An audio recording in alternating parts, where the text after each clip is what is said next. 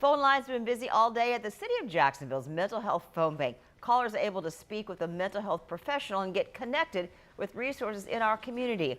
You can call that number you see right there until 7 o'clock tonight, 904-516-2551.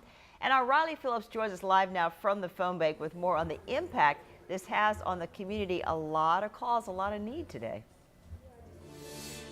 Yeah, and the phones have not stopped ringing since we got here a little while ago. More than 200 people have called in here so far today. City leaders tell me they're happy with the response. Now, this is all part of Mayor Donna Deegan's new Mental Health Matters initiative, where the city is really trying to educate the community on the resources available here.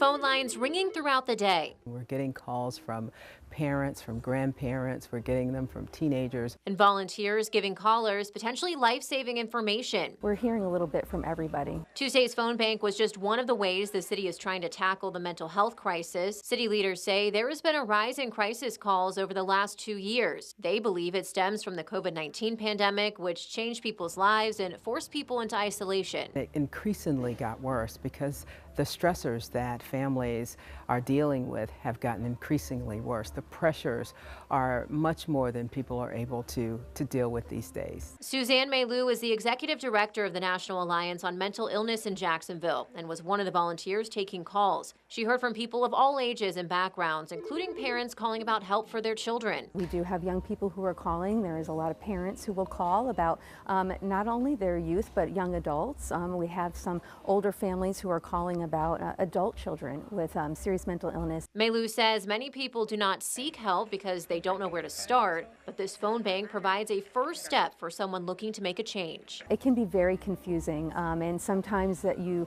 run into situations where you can't get an appointment right away, and it's just really hard to understand where to go, but that's why we're here. And the phone bank stay open until 7 this evening. Again, that number to call is 904-516-2551.